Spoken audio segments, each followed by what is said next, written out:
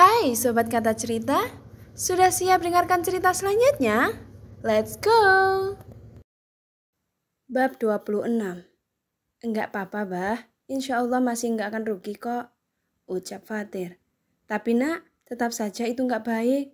Segala sesuatu yang berlebih-lebihan itu enggak baik, sahut Pak Iman yang merasa sungkan pada menantunya. Masya Allah, saya merasa kagum atas ketegasan Pak Iman dalam mendidik anak Bapak. Pak Yai Farid merasa kagum akan ketegasan dalam mendidik anak. Apalagi dirinya yang masih suka menuruti keinginan almarhumah sang putri dulu. Jazakumullah khairan Pak Yai Farid, sahut Pak Iman. Tapi setelah ia langsung beristighfar di dalam hati, semoga ia dijauhkan dari sifat peninggi dan haus akan pujian. Nana sudah nggak ingin abaya lagi. Maaf kalau Nana masih suka bersikap kekanak-kanakan, masih suka egois. Naina berucap sembari menundukkan wajahnya ke bawah dan mulai terisak kecil. Padahal ia sudah menahan supaya ia tak menangis. Tapi ini memang salahnya, yang begitu masih menyimpan dendam pada sang suami, sehingga ia berkata tanpa berpikir panjang terlebih dahulu. Enggak apa-apa dek, nanti kamu bisa ambil berapapun abaya yang kamu inginkan. Fatir mencoba menghibur Naina. Enggak, Nana udah enggak ingin. Kekeh Naina. Sabar ya Nduk, bisik Bu Umayyah yang mengerti perasaan sang anak gadisnya itu. Ya sudah, gimana kalau kita jalan-jalan saja? Abi sama Uma belum pernah jalan-jalan di kota es kan? Tawar Fatir yang mencoba memecah kecanggungan yang ada di dalam mobil. Wah, ide bagus tuh. Abi penasaran, katanya di sini ada pasar malam dan atraksi air mancurnya kan? Sahut Pak Yai Farid yang bersemangat. Bukan tanpa sebab ia melakukan itu. Ia tahu apa yang dimaksud sang menantu. Iya tuh, betul. Uma penasaran banget, Pi. Dulu kata Rara pasar malam dan air mancur di kota es itu bagus dan cantik banget. Ucap Bu Nyai Farah yang tanpa sadar. Iya, Uma. Uma masih ingat kan waktu Dek Rara hamil 2 bulan? Ia ngidam ingin lihat air mancur. Tapi ternyata Dek Rara malah ngajak ke pasar malam. Karena tempatnya memang bersebelahan. Tutur Fatir yang begitu semangat saat mereka membahas tentang almarhumah Ning Rahma. Jelep. Seketika Naina dibuat tersadar bila apa yang ia pikirkan ternyata benar. Ia sempat berpikir bila sang ustadz menikahinya karena kasihan, bukan karena cinta. Ia saja yang terlalu percaya diri tentang itu semua. Iya Pak Yai Farid dan Bu Nyai Farah, air mancur di kota ini insya Allah bagus Pak, Bu.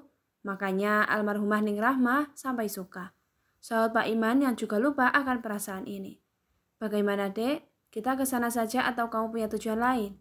Tiba-tiba Fatir bertanya pada Naina. Terserah Ustadz saja, saya ikut. Sahut Naina yang mulai merubah panggilannya itu. Bener nih, nggak ada tempat yang ingin kamu sambangi? Tanya Fatir yang memastikan sekali lagi dan dijawab angkukan kepalanya. Akhirnya mereka larut dalam obrolan. Lagi dan lagi, obrolan mereka berlima membahas tentang almarhumah Ning Rahma semasa hidup. Bukan keburukan yang mereka bicarakan, tapi kebaikan dan tingkah lakunya semasa hidup, bahkan saat hamil pun mereka dibuat ketawa oleh Ning Rahma. Mereka berlima terlalu larut dalam obrolan itu, sehingga tanpa sadar mereka melupakan keberadaan Naina yang sedari tadi hanya diam tidak bergeming. Mereka sesekali bertanya pada Naina, dan dibalas jawaban singkat oleh Naina.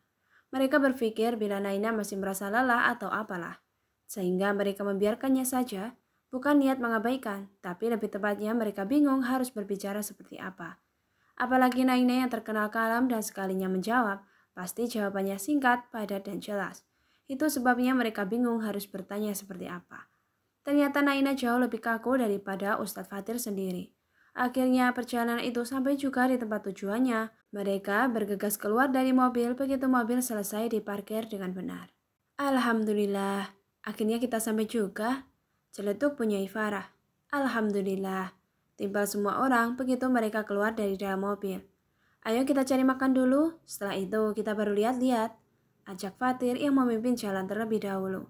Sementara Naina ia lebih memilih berjalan di paling belakang. Ia seperti sengaja memisahkan dirinya dari rombongan itu. Ia menatap sendu pada pemandangan yang di depannya, di mana mereka malah asik bercerita tanpa memperdulikannya. Ia seperti terlupakan begitu saja. Akhirnya Naina memutuskan berjalan-jalan sendiri, hanya sekedar untuk menghirup udara yang sedikit menyesakkan dirinya. Hingga tanpa sadar, ia melangkah terlalu jauh dari keluarganya berada. Astagfirullah, aku kok bisa ada di sini sih? Ucap Naina kaget begitu melihat sekeliling. Akhirnya Naina berhenti dan duduk di kursi yang ada di sana. Ia menarik napasnya dalam-dalam dan menghembuskannya dengan perlahan. Ia melakukan itu beberapa kali untuk menghilangkan sesak yang ada di dadanya. Ya Allah, kenapa rasanya sesak ini? Apakah hamba pantas cemburu pada almarhumah Ning Rahma? Ucapnya sambil mengadahkan kepalanya ke atas. Ia berusaha untuk menghalau air matanya yang sudah hadir di pelupuk matanya itu. Hanya tinggal dikedipkan saja, pasti air matanya itu pasti akan meluncur dengan sendirinya. Ternyata Ustadz Fatir masih begitu mencintainya. Dia hanya kasihan padamu, nah. Jadi jangan kepedean kamu akan mendapatkan cintanya. Ujarnya pada diri sendiri. Apa aku terlalu kotor? Atau aku terlalu banyak dosanya? Sampai begitu banyak masalah dalam hidupku. Apa ini karma darimu ya Allah? Keluh Naina. Astagfirullah. Ya Allah, maafkanlah hambamu ini yang malah menyalahkan dirimu. Hamba bukannya introspeksi diri malah mengeluh padamu. Lanjutnya. Akhirnya air mata yang ia tahan-tahan tak dapat ia tahan lagi. Ia menangis sesenggukan. Ia menumpahkan segala sesuatu yang membuat sesak di dadanya. Sementara itu, entah kenapa Fatir mengikuti langkah kakinya begitu saja. Hatinya seakan berbicara untuk mengikuti arah kemana kakinya pergi. Begitu tiba di tempat itu, ia mengkerit saat mendengar suara tangisan. Ia bukan ketakutan atau apa, tapi malah ia merasa sakit saat mendengar tangisan itu. Ya Allah, kenapa rasanya sakit sekali mendengar tangisannya? Ujar Fatir dengan lirih saat tahu siapa yang sedang menangis itu. Dek, panggil Fatir yang sudah tidak tahan akan suara tangisan Naina yang membuat hatinya berdenyut nyeri. Dek, kenapa kamu di sini? Semua orang khawatir padamu. Ayo kita kembali lagi. Ucap Fatir yang sudah di samping Naina. Kenapa? Kenapa rasanya sesakit ini, Ustadz? Aturan Anda tidak usah melakukan itu padaku. Naina bukannya mengiyakan ajakan sang suami, tapi ia malah mengeluarkan semua rasa yang membuat ia sesak. Maksudmu apa, Dek? Mas nggak mengerti. Saat Fatir yang tak paham akan perkataannya dibuat kebingungan. Kenapa Ustadz menikahiku? Tapi pikiran dan hati Ustadz untuk Ning Rahma. Sakit, Ustadz, sakit. Ujar Naina dengan memukul-mukul dadanya dengan kencang. Astagfirullah. Fatir mengusap wajahnya dengan kasar saat mendengar penuturan Naina. Maaf, Dek. Mas minta maaf. Sungguh Mas nggak bermaksud melukai hatimu. Saat Fatir yang hatinya mencoba sakit saat melihat air matanya. Ia ingin mendekap istrinya dan menghapus air matanya, tapi ia hanya bisa menahannya. Ia terlalu takut bila istrinya menolak dekapannya itu. Lanjut. Bab 27. Saat ini Naina sedang tidur menghadap tembok, bukan tanpa alasan melakukan itu. Ia masih terlalu sakit hati akan perkataan sang ustadz. Ia tahu bila itu tak pantas, tapi mau bagaimana lagi. Ia sang istri. Wajar bukan bila ia cemburu. Namun tanggapan sang ustadz malah membuatnya sakit hati. Maaf, Dek, Mas minta maaf. Fatir hanya bisa bergumam saja untuk bisa meminta maaf pada Naina. Ia tak tahu apa yang ada di hatinya. Ia bimbang. Ia dilema dengan nama di hatinya. Benarkah ia mencintai Naina atau hanya sekedar rasa kasihan saja? Tapi kenapa Naina selalu hadir dalam tidurnya dengan tangisan yang membuatnya selalu merasakan nyeri di hatinya? Membuatnya gelisah. Rasa ini tidak pernah ia rasakan saat bersama almarhumah Ning Rahma dulu.